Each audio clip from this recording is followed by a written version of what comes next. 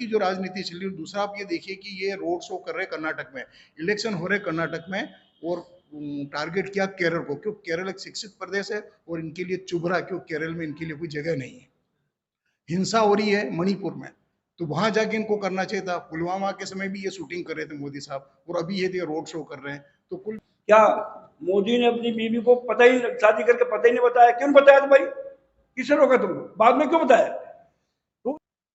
The Kerala story, उसके बारे में काफ़ी मीडिया में चर्चा में चल रही है, और उस पर कई तरह के बातचीत भी दरअसल आ रही है।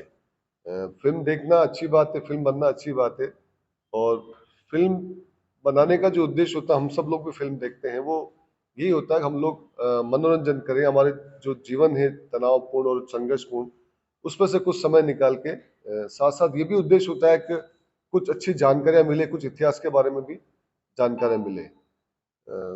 द केरला स्टोरी जो अभी फिल्म बनी है, उसको हम लोग देखें।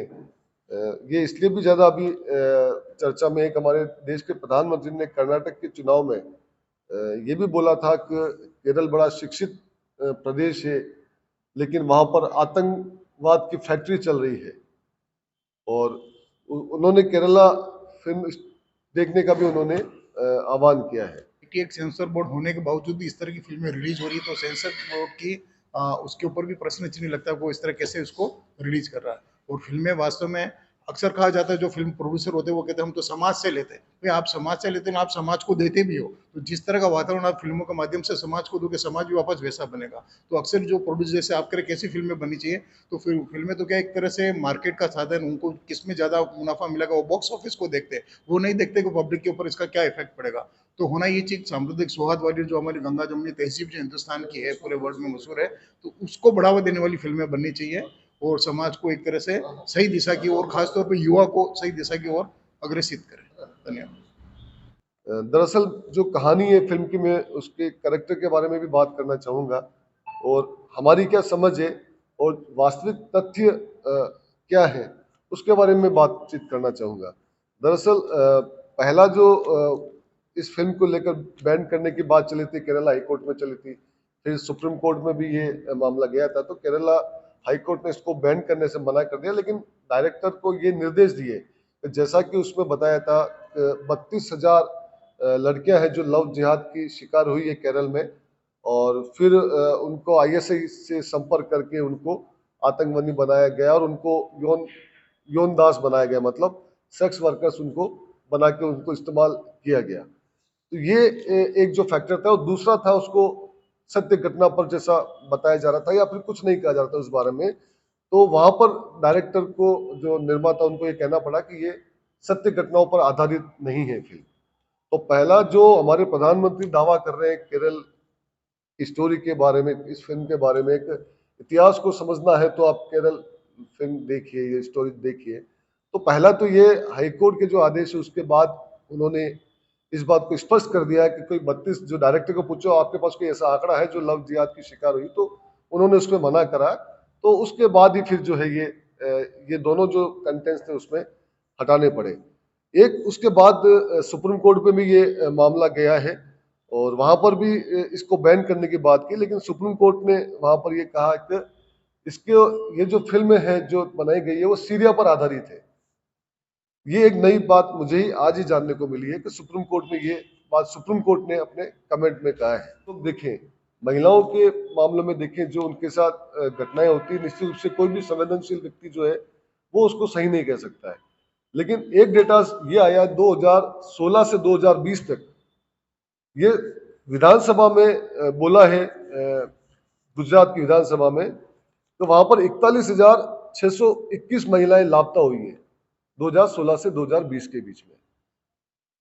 तो ये राजस्थान में भी हो सकता है, इसके आसपास का आंकड़ा हो, देश के सभी हिस्सों में ऐसा आंकड़ा हो, और उनमें से कई बेची गई है, कई सेक्स वर्कर्स के रूप में काम कर रही है, किसी ने किन धर्म के लड़के से शादी की नहीं की, तो वो भी आप लोग देखेंगे। जो मैंने प्रेस नोट बनाया, जिसमें भी एक कर्नाटक में एक पिता ने वो सारे उन्होंने रिट करी, जिसमें लव जिहाद के बारे में उन्होंने बात की थी, इसकी सब इंक्वायरी की जाए, जिसमें एनआई ने उन्होंने इंक्वायरी की, जिसमें कोई भी फैक्ट्स किसी भी तरह से इस तरह से लव जिहाद के नहीं माने गए। ये जरूर है कि कई हिंदू लड़कियों ने मुस्लिम लड़कों से शादी की और कई मुस्लिम लड़कियों ने हिंदू लड़कों से शादी की। और मुझे लगता है कि देश का संविधान उनको अधिकार देता है कि वो कौन किससे शादी करे जीवन में।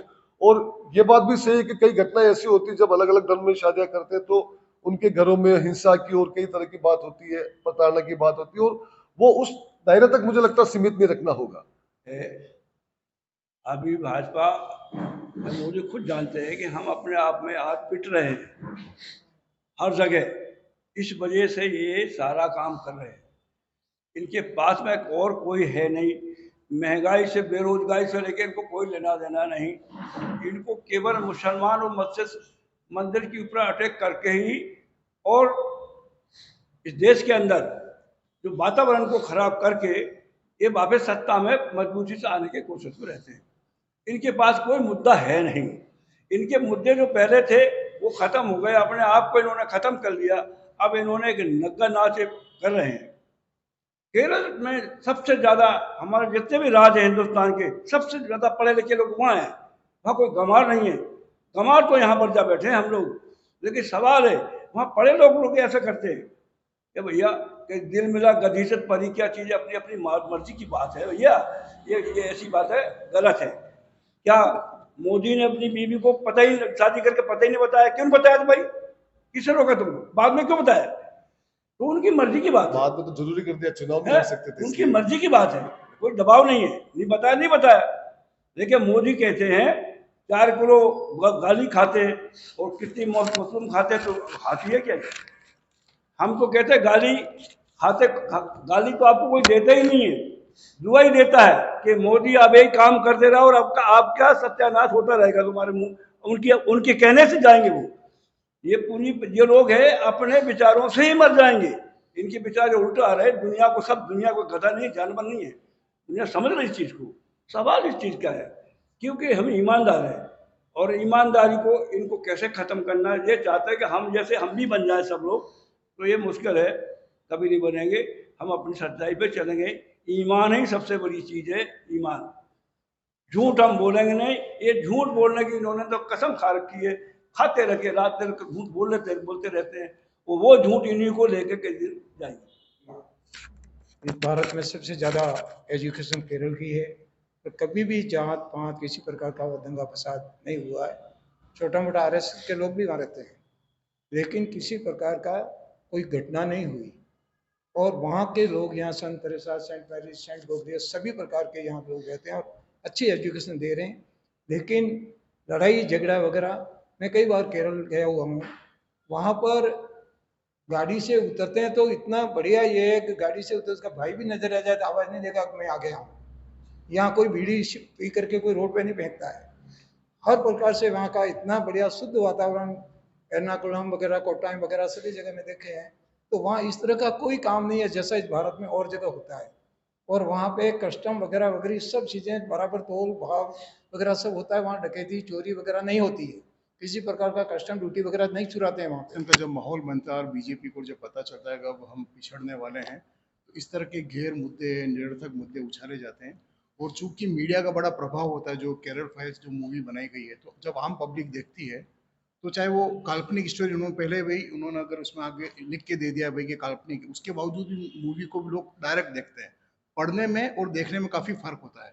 जैसे सिनेमा हॉल के अंदर राजेश ने बताया कि जय श्री राम के नारे लग रहे थे, तो वहाँ अगर कोई मुस्लिम है, कोई मुस्लिम महिला अगर वो देखने में है, दर्शक में, तो हो सकता है अटैक उसके ऊपर भी हो जाए। तो ये जो नफरत कुल मिला के ये है कि एक नफरत की जो इनके हाथ में वो फॉर्मूला लग गया हिंदू मुस्लिम के बीच में, वो पैदा करो। और अब अल्पसंख्यक और केरल को और वामपंथी दलों को भी इन्होंने निशाने पे लिया।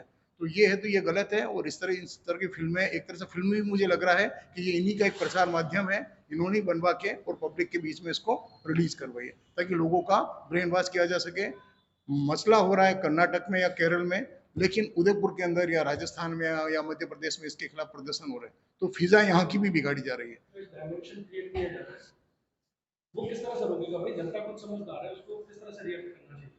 ठीक है, आपने जनता के अंदर परोस दिया, चाहे काश्मीर फाइल के रूप में परोस दिया या द कलर स्टोरी के रूप में परोस दिया, या इस तरह की फिल्में जो लोगों को मतलब पॉलिटिकली कहेंगे लोगों को प्रभावित करता है। सिनेमा एक ऐसा माध्यम, मतलब वो एक ही धर्म में या एक ही जाति में हम लोग शायद देखते हैं। हम लोग तो एडवोकेट भी हम लोग कोर्टों में देखते हैं तो 90% 95% उन्हीं घरों में शादियां होती, वही केसेस प्रताड़ना के और वो सब चलते होते, वही हत्या के चलते रहते। तो उसको एक तरह से पूरा एक हम जो हमारा जो समाज है, हम सभी लोग जो मिलकर रह रहे हैं, सभी जाति और धर्म के लोग, एक तरह से एक जाति एक धर्म को टारगेट करके कोई चीज को बिठाना, मुझे लगता है ये देश के लिए ठीक नहीं है। और खासकर वो कह रहे हैं केरल आतंक की फैक्ट्री बन गया है।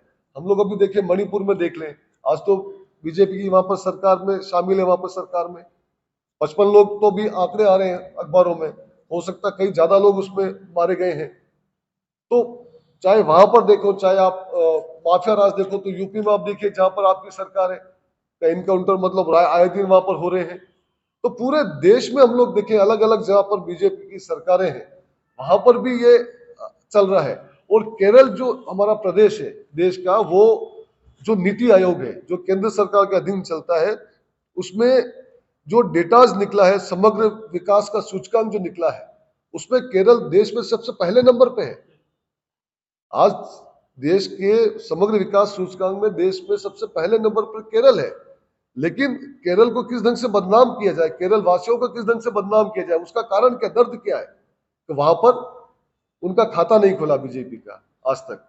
एक बार एक सीट आई थी पिछले विधानसभा में, तब मुख्यमंत्री विजयन से पूछा था वहां पर पत्रकारों ने, तो एक सीट आ गई, अब तो बीजेपी यहाँ पर बढ़ेगी, यहाँ पर भी अब आपको आपके पास क्या तरीका है जो आप बीजेपी को रोकेंगे यहाँ?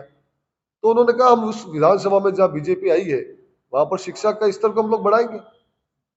और आप देखिए उसके बाद वो सेकंड टाइम में इस बार अभी जीरो है वापस वो।